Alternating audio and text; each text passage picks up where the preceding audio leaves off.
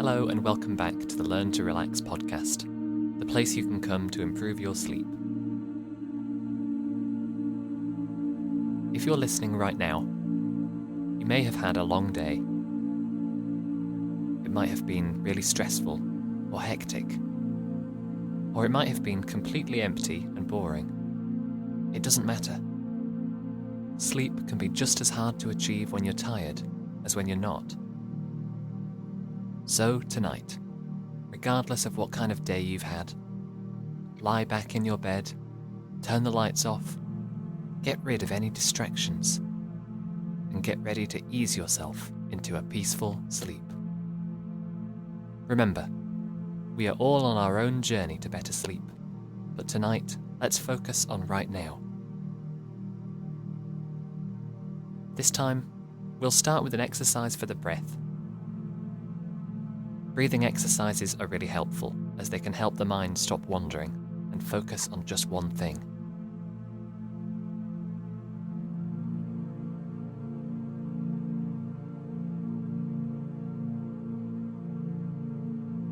So, let's have an in-breath through the nose for 4 beats, and then an out-breath through the mouth for 6 beats.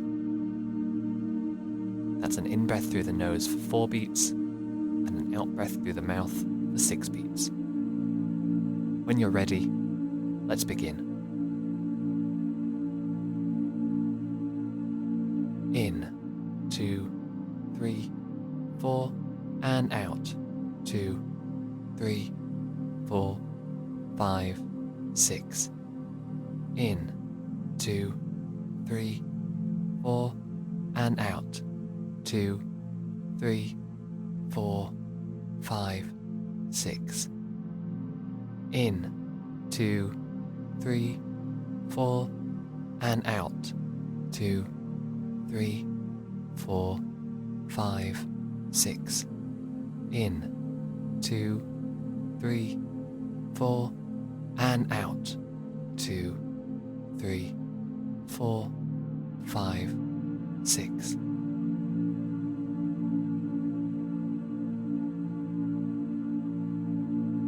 And continue this pattern on your own for about a minute. Don't worry about sticking to the exact counts. Just maintain the steady, rhythmic breathing.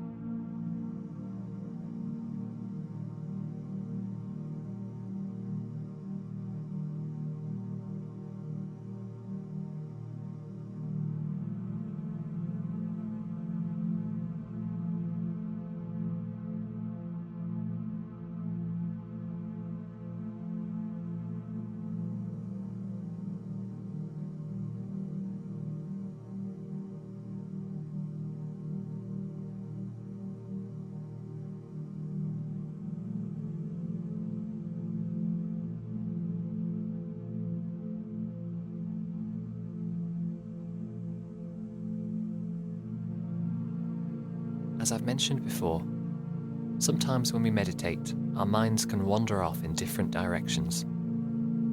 This is completely normal, and remember not to become annoyed with yourself when this happens.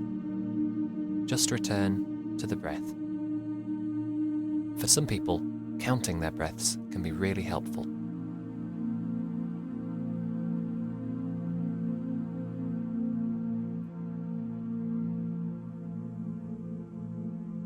For tonight's sleep story, we find ourselves on a woodland walk.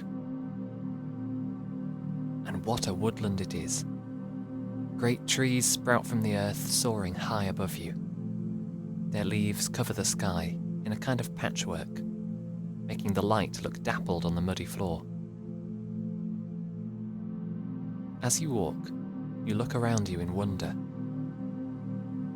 You have never seen such a still patch of forest before.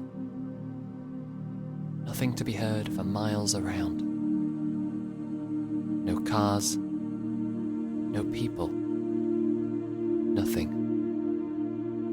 just silence.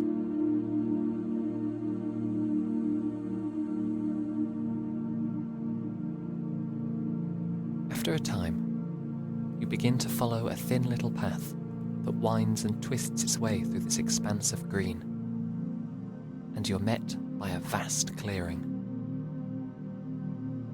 Here, there are no trees, just a large open area of grass and bushes, covered with berries, flowers, and next to it, a lake. You peer into the clearing for any signs of life, and sure enough, you spot several.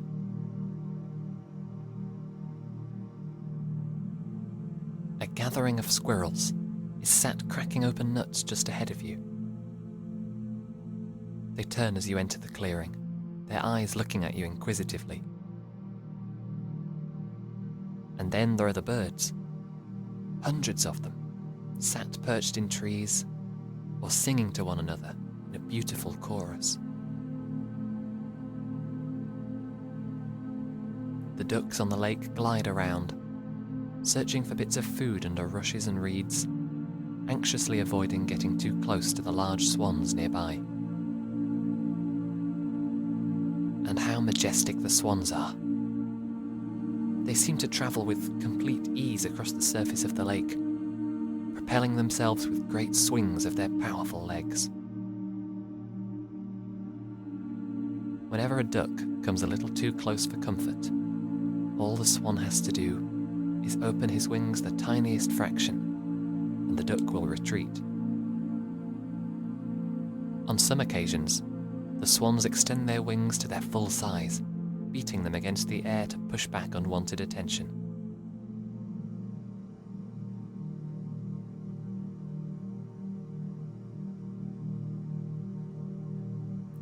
A sudden noise brings you back to the clearing.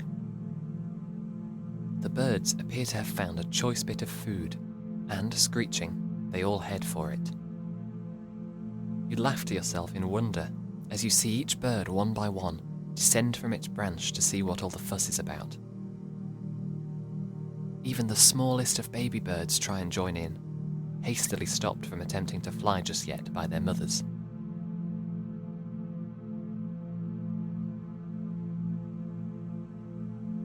The birds' shouts eventually fade into nothing, only an echo remaining in the light breeze. And so, you carry on along the path, watching the swaying of the trees as you go, the air singing through your ears. You feel so light and so joyous in this place. It's as if you're walking on water. You wish you could stay here forever, observing the patterns of nature, of all the animals and plants here going about their business. But you know at some point you will have to leave.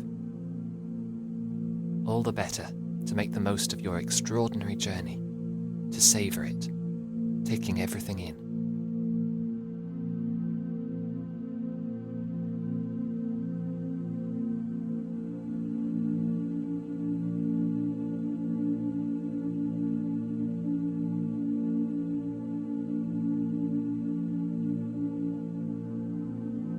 As you head down the path, a wonderful sight awaits you. 2 more large, majestic swans sit there on the path, their heads looking toward you as you approach. And then, you see it. A cygnet so small and so innocent looking, it could be straight out of a children's book. The little swan emerges from behind its mother's wing and looks at you questioningly. Then, suddenly, it starts to run towards you, making little noises as it does so. The mother and father swans begin to follow, making sure it doesn't stray too far from their watchful gaze.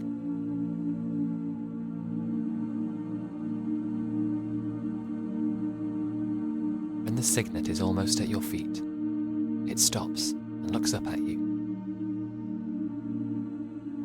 Such a beautiful creature, and so close to you.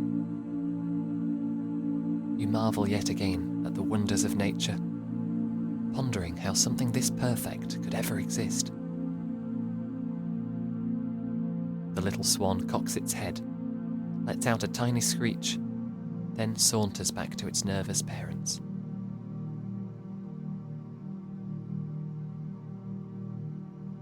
You watch them leave, waddling slowly away from you towards the river. And as they go, you begin to bring your attention back to yourself, back to your breathing, back to your bed.